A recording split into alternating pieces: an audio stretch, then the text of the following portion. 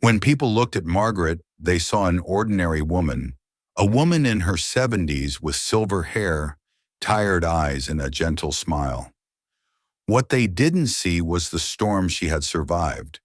If you had met her sitting quietly on the church's back pew every Sunday morning, you would never have guessed that just a few years earlier, she had lost almost everything she held dear. Her story began with what seemed like a normal life. Margaret and her husband James had been married for 48 years. Together they built a home, raised 3 children, and created countless memories. Life wasn't perfect, but it was good. They dreamed of spending their retirement years traveling, visiting grandchildren, and enjoying the peaceful life they had worked so hard to build. Then one October morning, everything changed. James woke up complaining of chest pain. At first they thought it was indigestion. Within hours he was in the emergency room. Within days he was gone. Margaret still remembers the silence that filled her house after the funeral. The kind of silence that hurts, the kind that reminds you of every empty chair and every unfinished conversation. For the first time in nearly 5 decades, she was alone. Friends and family surrounded her during those first few weeks. They brought food, they sent flowers, they offered comforting words. But eventually life moved on for everyone else, and Margaret was left to face her grief by herself. Every morning she reached across the bed expecting James to be there. Every evening she caught herself listening for the sound of his truck pulling into the driveway.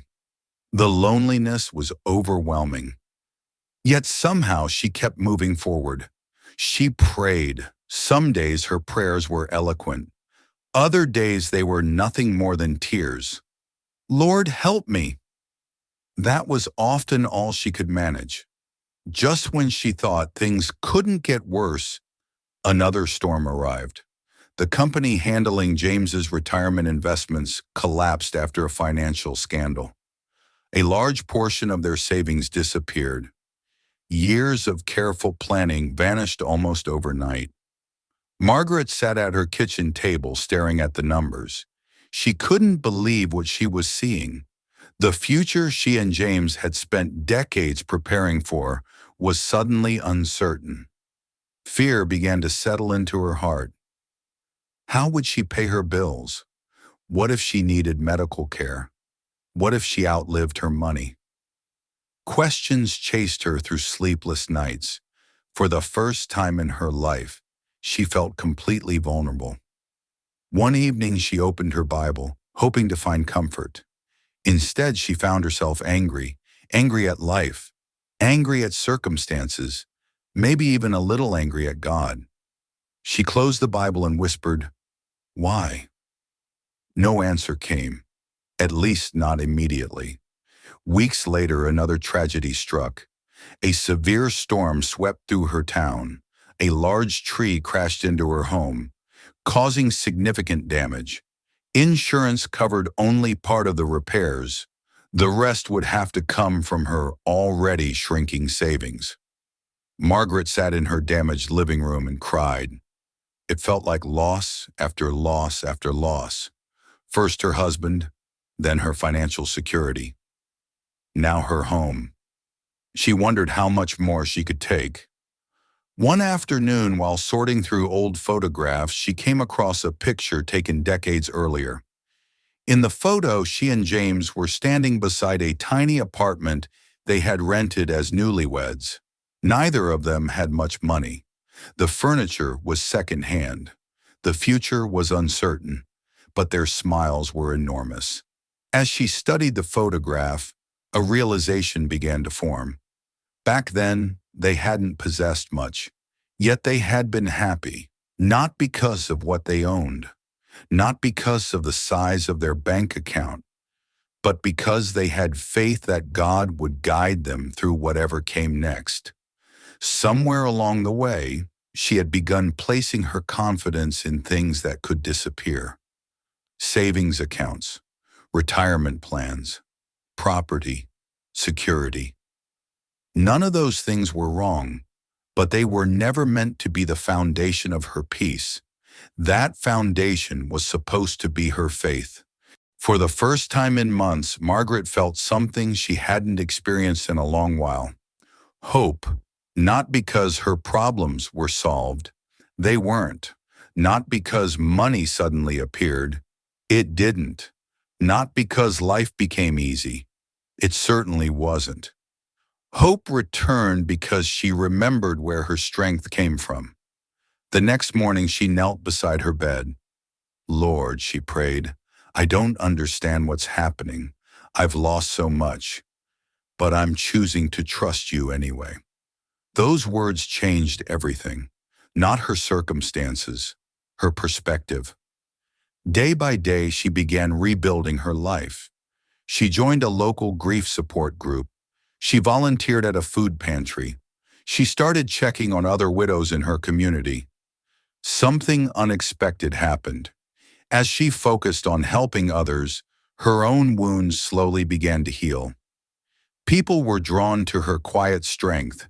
They wanted to know how she remained hopeful after enduring so much loss. Margaret always gave the same answer. I lost many things, she would say, but I never lost my faith. One winter morning, she received a letter in the mail. An old investment account that neither she nor James remembered had matured. The amount wasn't enormous, but it provided exactly what she needed to complete repairs on her home and restore some financial stability. Margaret smiled. She didn't see it as luck. She saw it as a reminder. God had been working behind the scenes the entire time. Even when she couldn't see it, even when she couldn't feel it, even when she doubted.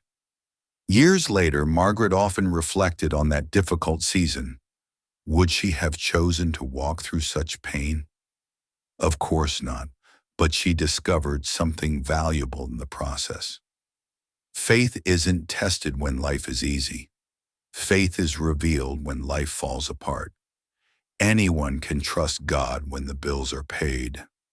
Anyone can trust God when relationships are thriving. Anyone can trust God when everything is going according to plan. But when the future is uncertain, when the tears won't stop, when the answers don't come, when you've lost everything you thought you couldn't live without, that's when faith becomes real. Today, Margaret's life looks different than she once imagined. She still misses James every single day. There are moments when grief unexpectedly returns. Certain songs still make her cry. Certain memories still ache, but she no longer lives in fear. She no longer measures her security by what sits in a bank account. She has learned that peace doesn't come from having everything. Peace comes from knowing the one who holds everything. And if Margaret could speak directly to someone struggling today, she would probably say this. You may have lost a relationship. You may have lost your health. You may have lost your savings. You may have lost a dream you spent years building. But if you still have your faith, you still have hope. Because circumstances change. People come and go. Money disappears. Plans fail. But God's faithfulness remains. Margaret lost many things during the hardest season of her life. She lost her husband. She lost financial security. She lost certainty about the future. But she never lost her faith. And in the end, that was the one thing she needed most. Because sometimes when everything else is stripped away, faith becomes the bridge that carries us from heartbreak to healing. And that bridge is stronger than any storm. Let this message encourage you to rest, lean on God, and renew your strength without guilt. If this blessed you, like, share, and subscribe to Renewed Mind 369 for more uplifting messages from Grandma's Heart. Then visit our website for an array of inspirational books, journals, and planners. The link is in the description.